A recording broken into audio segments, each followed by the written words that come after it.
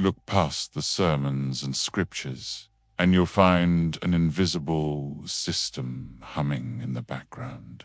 Metrics, branding, and finance, all designed for one purpose: to survive. It's part of every church, synagogue, and mosque you've ever admired, no matter how sincere its leaders are. So, in the race to keep religious institutions alive, is that system accidentally rewriting the very faith it was built to protect? Think about it. Most major religious movements begin as disruptions. A radical message that throws a wrench in the status quo. But history shows a clear path. For a movement to survive, it has to become an institution. And for an institution to survive, it has to play by the rules of the world it lives in. And that's where things get tricky. Early Christian communities practiced radical economic sharing. The Protestant Reformation was an outcry against the church's financial corruption. But to last, these movements had to build structures. They bought property, managed money, and created hierarchies. So, this isn't a story about good versus evil. It's the story of what happens when a spiritual idea collides with the demands of an institution. It's the story of an unseen machine, and how it quietly changes everything. How do you measure faith? Put a number on spiritual growth. For most of history, the answer was, you don't.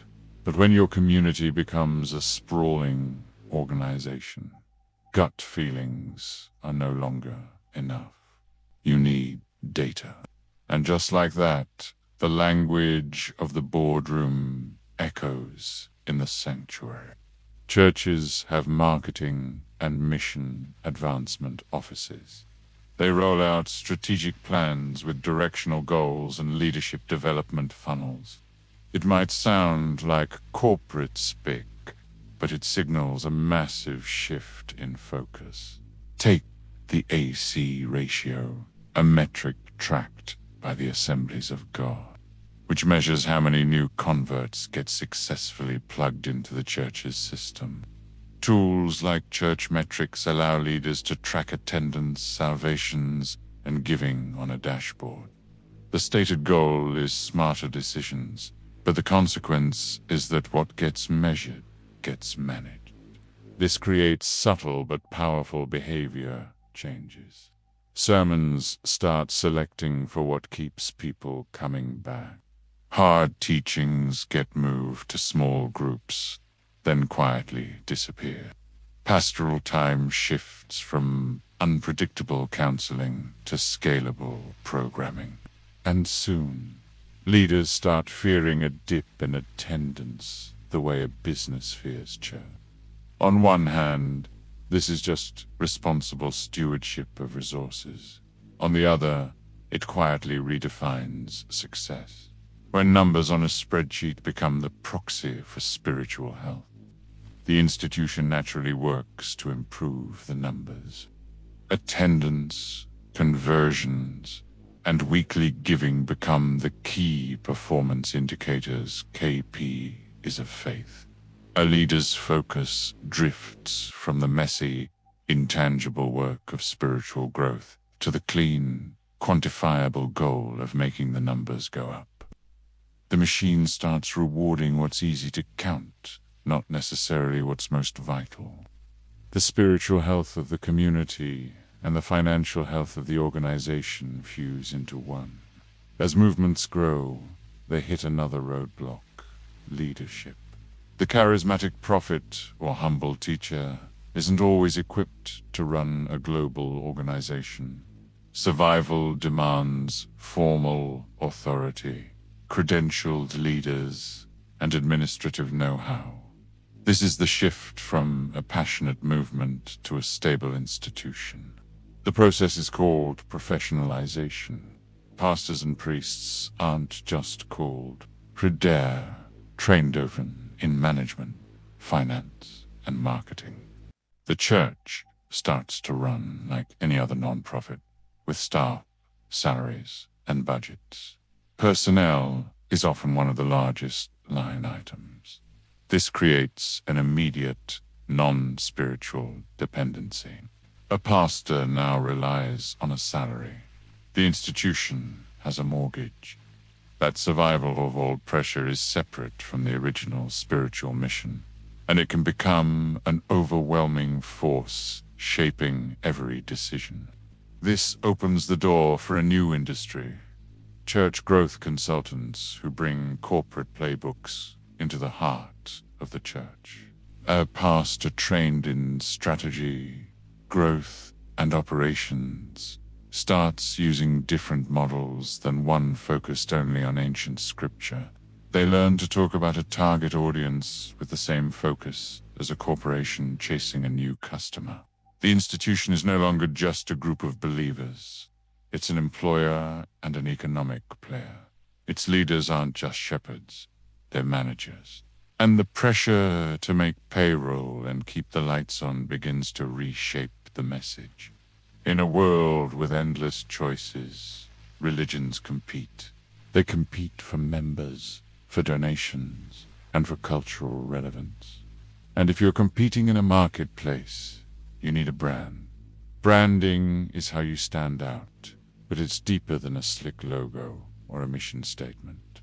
Real branding forces an institution to choose a primary emotion: comfort, belonging, hope, empowerment. Then the message gets edited to keep producing that feeling. And anything that disrupts that emotion becomes unhelpful. Worship services are produced with the precision of a rock concert, with light shows and music engineered for an emotional peak. The goal is an experience that's consistent, appealing, and easy to consume. But when you brand faith, you turn it into a product, and the people in the pews become consumers. This creates an incentive to sand down the rough edges, to soften anything in the original message that is difficult, challenging, or unpopular. Fiery prophetic critiques of wealth, controversial ethical teachings. They suddenly look like brand liabilities. They might scare off donors or hurt attendance. The public collapse of the Mars Hill megachurch is a famous example, but it's not an anomaly. It's just a loud, visible version of a quiet process happening everywhere. At Mars Hill, the pastor's magnetic personality became the brand, and the marketing team discovered that certain topics performed better online, which in turn influenced what was preached from the pulpit. This pressure is rarely spoken. It's felt in donor preferences, budget cuts, and the quiet understanding that controversy is bad for business.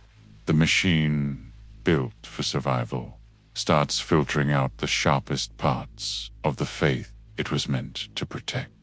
You've seen this before. A sermon series built like a Netflix season. A lobby that looks like an Apple store. A pastor introduced like a keynote speaker. A giving moment engineered like a conversion funnel. When you put these pieces together, the metrics, the professional leaders, the branding, they create a powerful, circular logic. It's a logic where growth itself becomes proof of God's approval. If a church is growing, it must be doing something right. Its leaders must be blessed. The strategies they're using, whether from corporate marketing or the entertainment world, are justified by the results. This creates a dangerous feedback loop. Practices that pump up the numbers are seen as spiritually sound, even if they quietly contradict the faith's founding principles. This is nothing new. For long stretches of history, charging interest was treated as morally suspect and meter. Radical idea challenging the financial systems of the time. But as the church grew into a massive economic power, that doctrine was reinterpreted until it was effectively abandoned. The survival of the institution demanded it. Today, we call this mission drift. Some churches report huge conversion numbers without obvious growth, raising questions about what the numbers mean. A consumer-friendly approach is justified as meeting people where they are, but it also changes what people think faith is about. The gospel of salvation slowly becomes the gospel of growth. The machine becomes its own justification.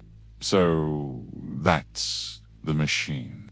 It starts with the need for data, which creates metrics that change the definition of success.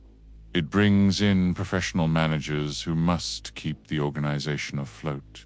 It borrows tools from the marketplace, turning faith into a brand and sanding off its sharpest edges. And finally, it creates a self-fulfilling prophecy where bigger is mistaken for better. None of this requires sinister intent. It's all perfectly logical. These are the same principles that help any large organization survive.